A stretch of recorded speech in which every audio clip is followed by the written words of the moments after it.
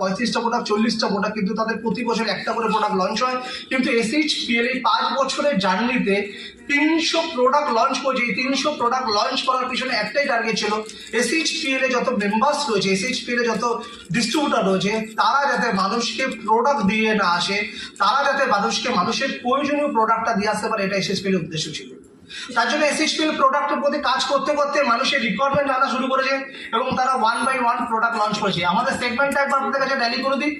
আজকে company SHPL এর যে টার্গেটটা প্রত্যেকটা ক্যাটাগরি লোকেদেরকে নিয়ে কাজ করবে, তার জন্য SHPL health care product launch করেছে। হেলথ কেয়ারের মধ্যে আমাদের মনে হয় আমরা পুরো রেঞ্জটাকে লঞ্চ করেছি। ক্যাপসুল ফর্মে লঞ্চ করেছি, ট্যাবলেট ফর্মে লঞ্চ করেছি, পাউডার ফর্মে লঞ্চ করেছি, ড্রপ ফর্মে লঞ্চ করেছি।